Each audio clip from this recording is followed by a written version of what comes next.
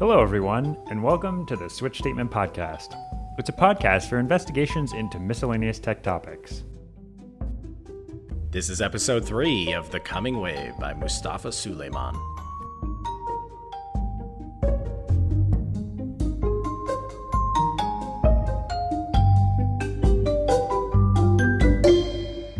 Hey, John, how you doing? Hello, Matt. I am doing very well. How are you doing? I am doing all right. Actually, I'm on cloud 9 right now because, we got an amazing suggestion. I was going through the mailbags of our fan mail. Yeah, I saw this.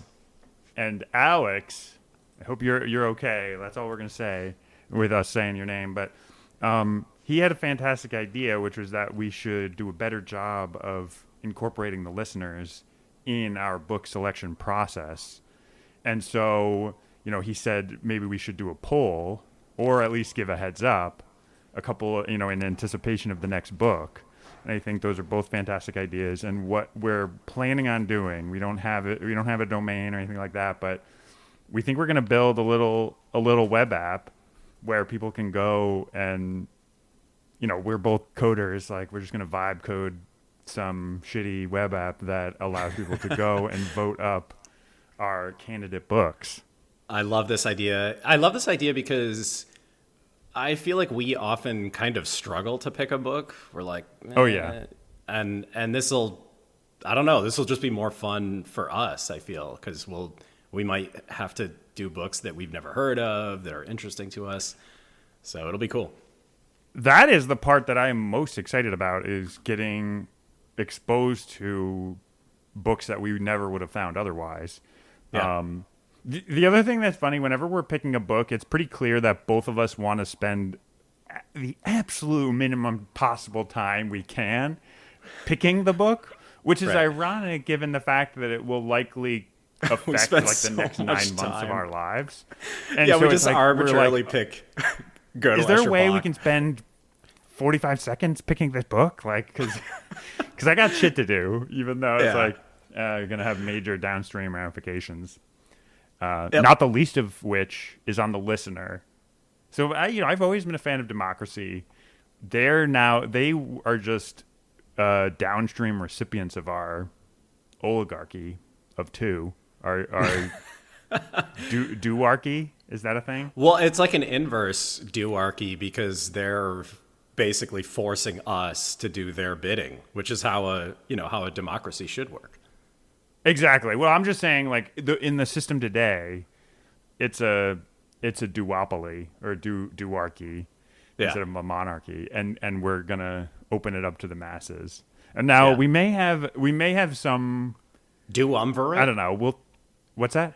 Duumvirate. That's good. That's good. I'm just thinking of the triumvirate. I don't know if there's a similar word for two.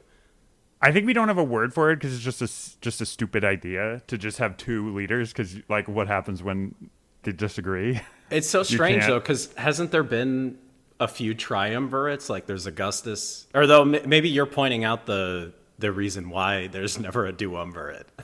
That's exactly what I'm saying. Yeah, sorry if that wasn't clear. Like a triumvirate makes sense because at least then you have two people, you can break ties. So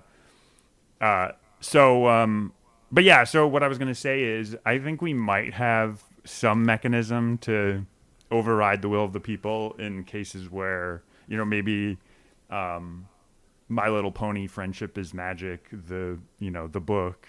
Not to throw any shade on My Little Pony Friendship is Magic, but and I'm not even sure if there are books. Like how you know an exact title of a My Little Pony book. Well, that was the name of the series that really blew up with Derpy Hooves and all that stuff. But wow, I have no knowledge of this. Now, I feel like our fans are going to be like, "Can you read the Every Digit of Pi book?" And then we'll be analyzing digits 10 million through 10,500,000. And it's like this section was pretty interesting. There were only 9.8887% ones in this section. I thought that was pretty interesting.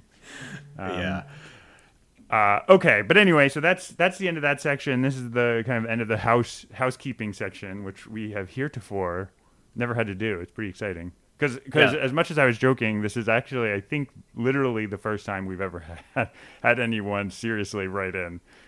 Yeah, we to the we podcast. have. I was wondering whether we were going to admit that or not. We have received other emails, but they've been kind of like, I don't know, scammy, like whatever, and it just kind of makes us depressed. So thank you, Alex, for brightening our days. Yes, no, we really appreciate it, and you sound like our ideal listener, which is funny because we've never actually even thought about what an ideal listener would look like. But someone who's trying to work with the material and go through it and reason about it in a deep way. That's kind of always how I imagined our listeners or the class of listener that would benefit from our podcast. So, all right, but talking about containment. The containment problem. Certain things cannot be contained, and technology is one of them. Well, yeah, I mean, and it sounds like almost every technology cannot be contained, or almost no technologies can be contained. Yes. Yeah. So that's basically the theme of this chapter. Is the last chapter sort of touched on this, where technology proliferates in a sort of ridiculous way, and he gave the example of the engine, and now we have engines in literally everything from lawnmowers to kids' toys to things that you wouldn't even imagine to have an engine. And he sort of discussed how the original inventors of the engine, they were thinking about cars, sure, which is a primary use case for an engine. But now there's so many things with engines, they never would have conceived of any of these things. And this is sort of what happens. It proliferates, it reaches into all these nooks and crannies of our day-to-day life, and it becomes impossible to contain. And he gives these examples of, like the ancient Ottomans, for example, with the printing press. Like you have Gutenberg. He came up with this printing press because he wanted a simpler way of churning out Bibles, which is, I don't know, just a testament to how, people don't really foresee the full consequences of what they're doing. And the Ottomans were trying to control religion. They didn't want religious propaganda to sort of come into their territory, and they had their own views on religion, and they wanted to sort of dictate to their populace what the primary religion would be and whatnot. And so they tried to prevent people from having printing presses and tried to prevent information being produced from printing presses from entering their territory. But this utterly failed. You can imagine how hard it is to prevent something like paper with ink on it, from permeating into your territory. And so it's kind of eventually backfired. Yeah, and so just to touch on a point you just talked about where it's like there's all these unintended side effects as technology proliferates. He even goes a little farther, which is to say that generally speaking, it's kind of the rule that an inventor invents a technology and then it's actually used to do something that directly conflicts with the inventor's intention for the technology. And I think that's kind of a crucial element of what he's saying, because yes, there's all these unintended side effects, but he actually refers to it in this more stark language, revenge effects, which I think maybe goes a little bit too far. But basically that even in the case of these maybe like less sentient technologies, the propagation of the technology serves to kind of conflict with the original inventor's vision for the technology. Yeah. And I feel like the famous example of that is Nobel with dynamite, where he developed that for mining, for, making mining simpler, being able to chisel into mountains more easily. And obviously it ended up being used for warfare. And this is part of the reason he developed the Nobel Prize Fund, is because he felt guilt. Yes, exactly. But so... Yeah. So as you called out, right, we have all these mostly state actors, it seems like, who are the ones who really want to control the technology. It's interesting because he talks about, like, the technology goes on to conflict with the inventor's original intent. but they aren't the primary ones. And maybe they do attempt to control it, and it's just such a meager attempt that it doesn't bear even mentioning. Whereas at least when you have a government that's trying to control a technology, they do at least a good enough job that it's worth talking about. But I want to give a quick pop culture reference. He mentions the Tokugawa shogunate, which is another example of just like you're saying, the Tokugawa shogunate sort of had control over a large swath of Japan, and they attempted to turn themselves into an extremely insular society. Like they sort of had these brief dealings with the outside world, and they were like, we don't like this. We're going to, close the gates, make our society completely self-contained and self-sufficient. And Mustafa sort of talks about how this backfired. But what I wanted to bring up was, did you watch this show Shogun? I did not, no. Okay, because there was a scene in Shogun that I actually found this scene incredible, where the main character, who is like this, I think he was like a Portuguese ship pilot or something, he was explaining to this shogun how like Spain owned Japan. And he was like drawing this map in the sand, and he was like, oh, don't you know, like this random country that you've never heard of owns Japan, which it's like you think you're the shogun. And I don't know, it was just this kind of like, and obviously it sort of made no sense to the shogun. The shogun's like, what the hell are you talking about? We've never heard of Spain. But it was also this interesting example of how, like, yeah, sure, you might try to contain yourself, but the outside world continues to exist, and people, sort of continue to make these global decisions. And if you're not at the table, like, fine, but you're not going to have a word in these decisions. So anyway. Well, and this is actually, I'm really glad that you talked about that, about the rest of the world advancing, because there was one example that he calls out with Queen Elizabeth banning the knitting machine. And it sounds like she was actually successful in banning this knitting machine, at least within England. But then, like, when it came back, there had been a bunch of these advances in technology, and it was like the mechanical looms, like these enormous mechanical industrial looms that came up and just like bulldozed over it. So it's like, even if you do succeed in suppressing this technology for a time, it's like all of these other advances are going to go on, and like they're just going to come back with vengeance and like just completely trounce whoever the group of people you were intending to protect with, with this protectionism.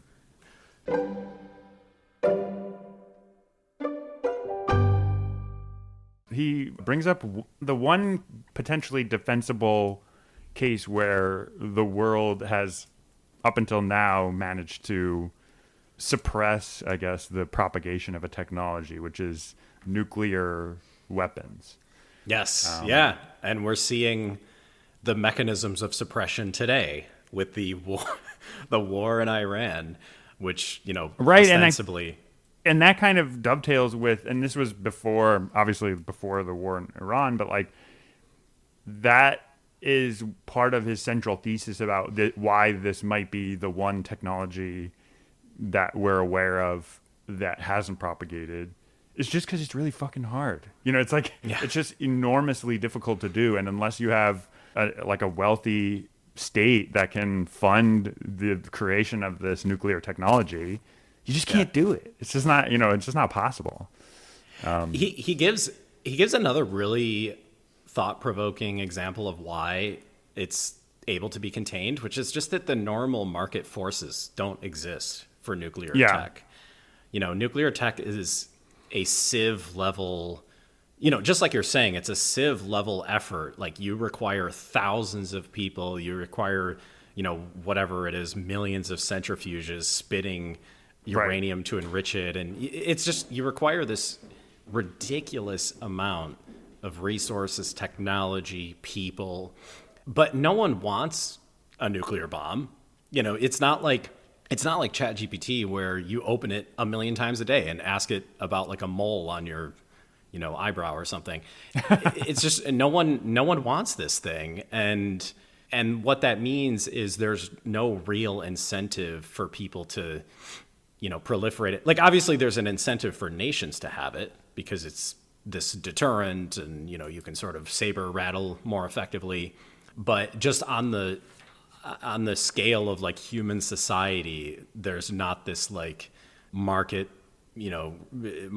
reason to sort of like proliferate it and improve it and make it more economical like there is for something like AI. Right, exactly. And yeah, so that it does seem to be one of the few, and luckily, right, we've only used it twice in a real war, which, the United States has that dubious honor. Yeah. One point that I wanted to call out that he makes in the earlier part of this chapter, it seems like he's making this claim both that containment is necessary and impossible. Like he has a section where it's called "Containment is the Foundation," and in that section, he's basically like, well, you can't have anything without containment. And then he goes on to say where it's like, it's impossible to do. So it just, like the only conclusion I can possibly draw from that is that he's basically saying like, well, we're all doomed. Yeah. And I'm not sure if there's another takeaway from that, but it's funny. I had a similar note or a similar bullet point in my notes where I do feel like a lot of times his writing just feels alarmist with no real solution, I guess. I feel like the main thrust is that we need to respect that technology can't be contained, and we need to move forward with that knowledge, because he's mentioned like these societies that try to be Luddite societies and how like, sure, that can exist in microcosm, but it's not something that can be like sustained at any large scale.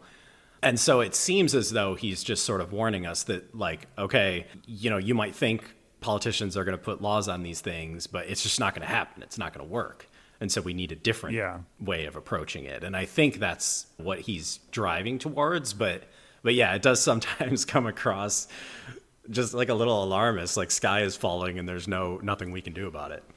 Well, and maybe this is why he brings up this nuclear example where he's like, hey, I mean, I wouldn't look to the fact that we managed to contain nuclear weapons as any reassuring example. Maybe this is exactly to your point where it's like, hey, even this one thing where we managed to contain, like you shouldn't derive too much comfort from that example, because there's important realities to AI as a technology, as you called out, that indicate that it's going to be significantly harder to contain in the same way, because there's this tremendous utility at a micro level to an individual.